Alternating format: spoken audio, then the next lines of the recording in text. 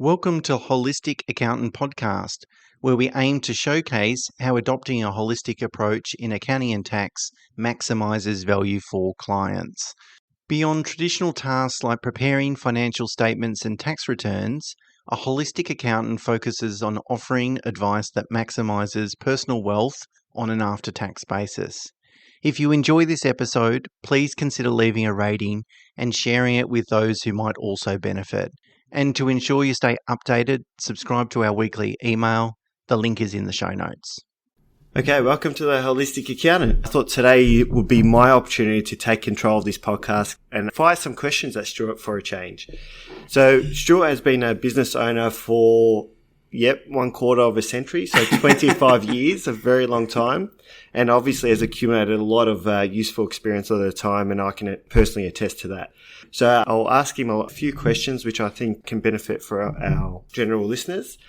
And then, hopefully you can all learn a thing or two. So first one, Stuart, you say that business owners worry too much about external factors. What do you mean by that? Look, I think, Mena, it's good to sort of reflect on, as you said, it's 23 years, so almost 25 years, 1/4 of a century, as you say. No wonder I feel old and tired and grumpy. But I think it's good to sort of reflect on, how I've changed over that time. And the other thing I've observed is being around people that have been in business for as long as me, or often longer, tend to have a very different outlook or approach to changes in their industry. And that's sort of what made me kind of reflect on it. But at the beginning, in the first, say, 10 years, I was always running a financial services business. I was always worried about sort of regulation, competition, market forces. What are the banks going to do? What are the large competitors going to do? All these sorts of things. But really what I should have been really worried about is just building a very sustainable and resilient business.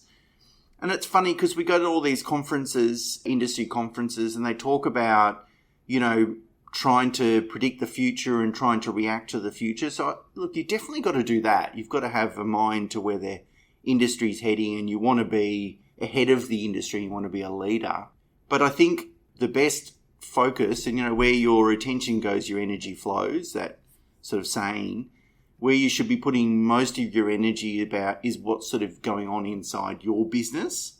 And so I think, I worry too much about kind of regulation and those sorts of things, where I should have been worrying about the strength of the team, the business model, our pricing, client acquisition, all those sorts of things that I've got full control over, to a greater extent. And I think that's how I've really changed. Now I don't really care. I know things will change. And I guess the best or similar sort of anecdote, if you like, is worrying about interest rates. So if you're an investor, interest rates are going to change. You're an investor for 20 years. You're going to go through periods of very high interest rates, periods of very low interest rates. They're never going to be the same. They're always going to be changing over, multi-year periods. And it is what it is, right? They'll be within a range. Don't worry about it. Who cares, really? And that's really the reflection I have about industry changes. I certainly want to be ahead of the industry. I certainly want to learn about where the industry is heading and make sure that I'm not going to become outdated as a business. But apart from that, who cares? That legislation will change. Competitors will come and go. But most of my focus, 80% of my focus, should be internal within my business, Mena. That's great. So how do you draw a line in the sand between focusing on the business and focusing on those external factors? How do you sort of determine at what point in time do you need to actually get involved and do something about those external factors? Yeah, I think on reflection, I should have taken that approach from day one. But look, I think it's how your business is running. So I think we all know, in our own business, how well is it really doing on a financial perspective? How well is it really doing from a productivity perspective? How is our customer acquisition, and our distribution, whatever, of a service or product, how that's going? So I think we all know, and we can critically analyze, like, I should be spending more time on this, I should be spending more time on that. So I think once you've got, if you ever get into a situation where everything is perfect internally, then great, you can spend more time looking outwards. But I think you should spend 80% or more time looking inwards if it's not perfect. And the thing is with business is that we've got to be, as soon as you think you've won, you've lost. As soon as you think your business is flying and it's invincible, that's your weakest point. So I think that the focus should never change from internal versus external. Great. And you often talk about the 3 pillars of any business. Can you elaborate on that? Yeah, and we've recorded a podcast episode about it, I'm pretty sure. The quality of your business is really determined by a simple equation. The quality of the people in the business, the quality of the systems within the business, and the quality of the product and service that you're delivering. And they're the only 3 things: people, process, and product. They're the 3 Ps that you should sort of obsess about. The biggest mistake that I've made is really not focusing on the quality of the people. I'm happy to say that that's changed, and that changed many years ago. But if I think about the first 10 years in business, I'd be very focused on systems and very focused on delivering a great product, a great outcome. And as the business owner, I would compensate for the lack of quality of people. And I don't mean quality of people as in they're bad people. It's just not the right person for the right role, and that's the thing that I didn't stupidly realize either, is that I thought if the person had the right values and they were a really nice person, they were putting in a lot of effort, that was enough. But the reality is that if you can do all those things and be drowning in a role if the role's not suited to you.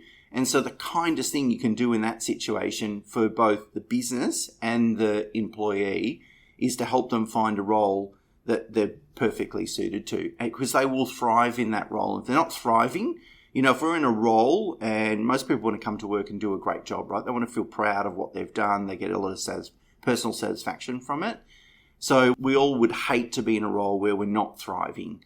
So helping that person move on to find a role where they can thrive is really, in the long run, while they might not recognise at the beginning, the best thing for them. And whether that's inside your business, it's a different role in the business, or whether it's in a different business, doesn't really matter. But I think focus on those 3 Ps, people, product, and process, and really think about your own business and where your focus should go this year. Probably not all 3. There's probably 1 or 2 that you're doing really well, and there's probably 1 that's weak. We often say in our business that would you enthusiastically rehire that person? So how often do you revisit that question? Yeah, that's a really good question, Mena. I think you should be asking yourself every couple of months, because it does change. I know it does change. People's situations change as well. And as a firm and a business grows, that changes as well. And sometimes people don't grow in line or keep up with that sort of growth. And so it can change. Look, I think asking yourself that question, you don't want to over-obsess about it. And you've also got to realise that staff members will have periods of time because of situations going on in their life where they're going to thrive, and other times where they're not going to do as well. So, you don't want to pull the plug after a couple of weeks of, less than perfect performance. But I would say every quarter, it's a great question to ask. And the key word in that sentence is enthusiastically rehire. Because quite often we want to avoid the pain of replacing someone. We know that, okay, well, then you've got to find someone, then you've got to train them, you've got to pay a recruitment person perhaps. It's a costly, annoying exercise, but having people in your business that aren't perfect will cost you a lot more in the long run. You always say that short-term profit doesn't drive long-term value. Can you give us some sort of insights around that? Because I think a lot of us sort of get distracted by the short-term dollars or the dollars that we can bank now rather than the long-term value.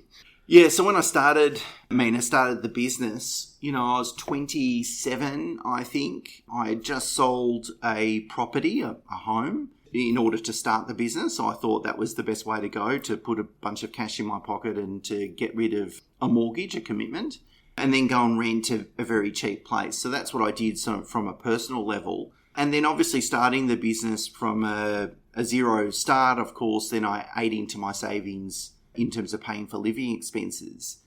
And so it put me in a situation where, and I was also learnt from observing a lot of people that are self-employed.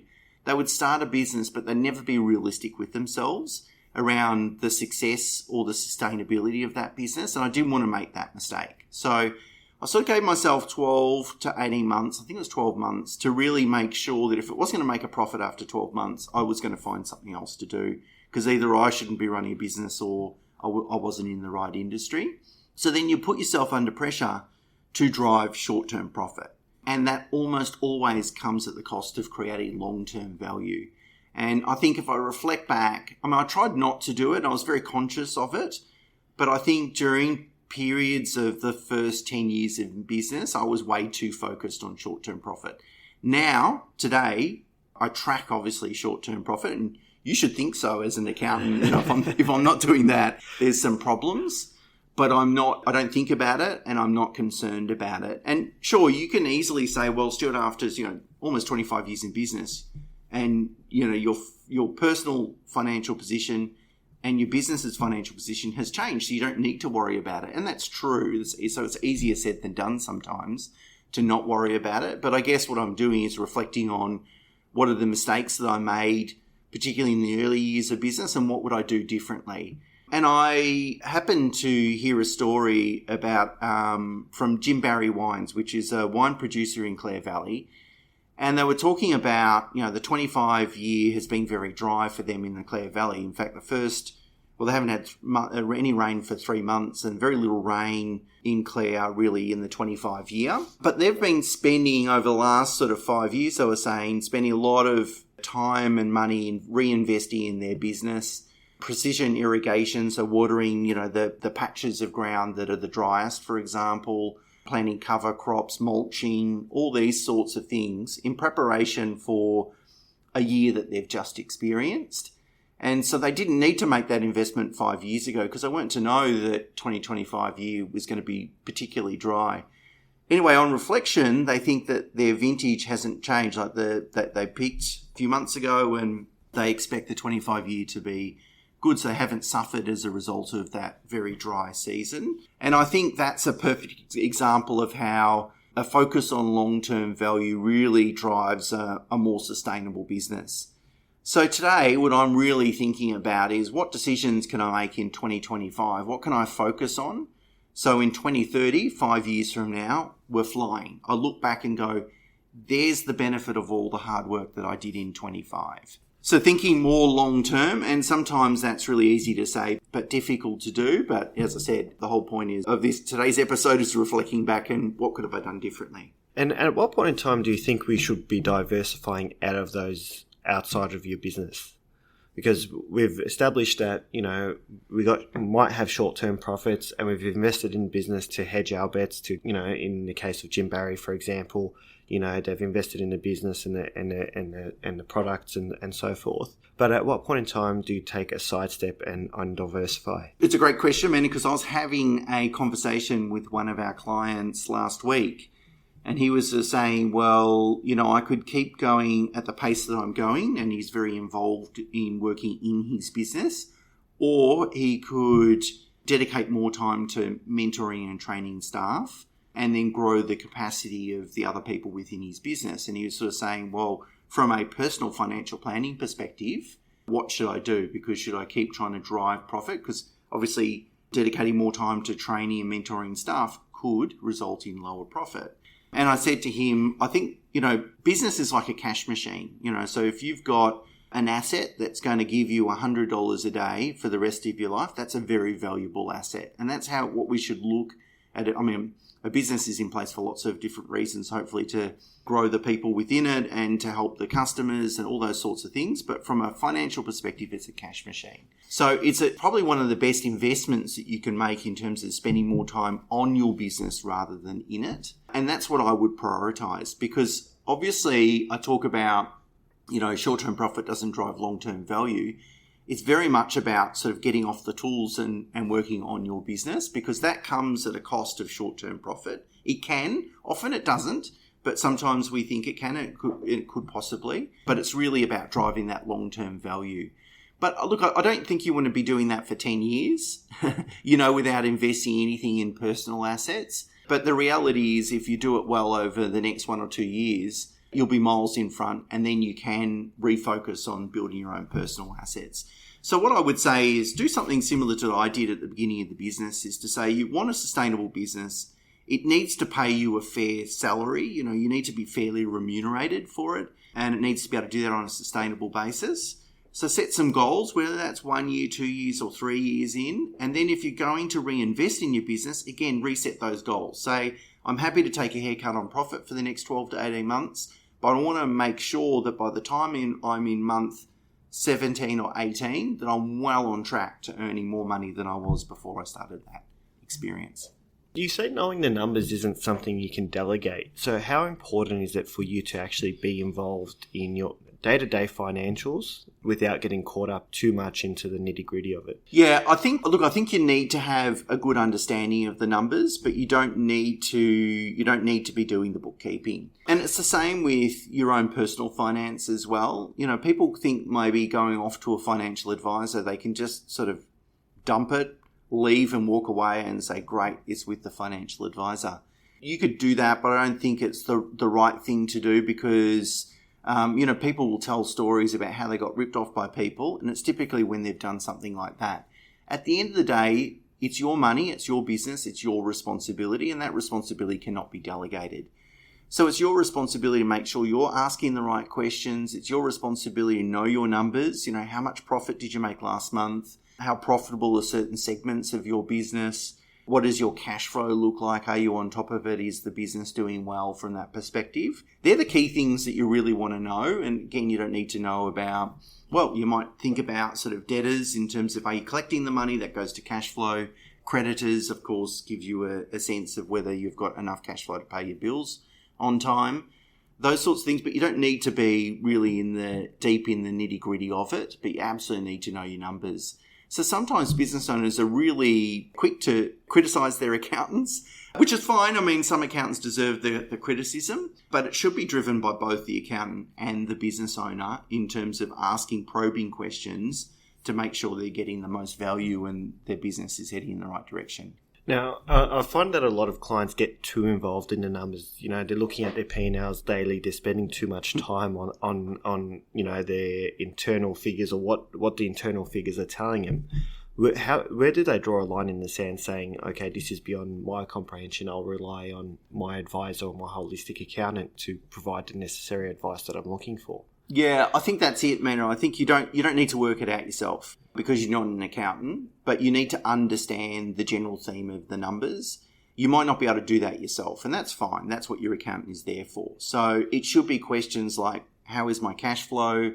How's my profit compared to, what other businesses should be, similar to other businesses in terms of benchmarking? What should I be focusing on? Are there any financial red flags here? They're the sorts of questions that I would be asking. So you don't need to interpret the numbers. Some people just aren't great with numbers, and that's fine. And you don't need to, go and do an accounting degree, of course, but you need to take responsibility for asking those questions.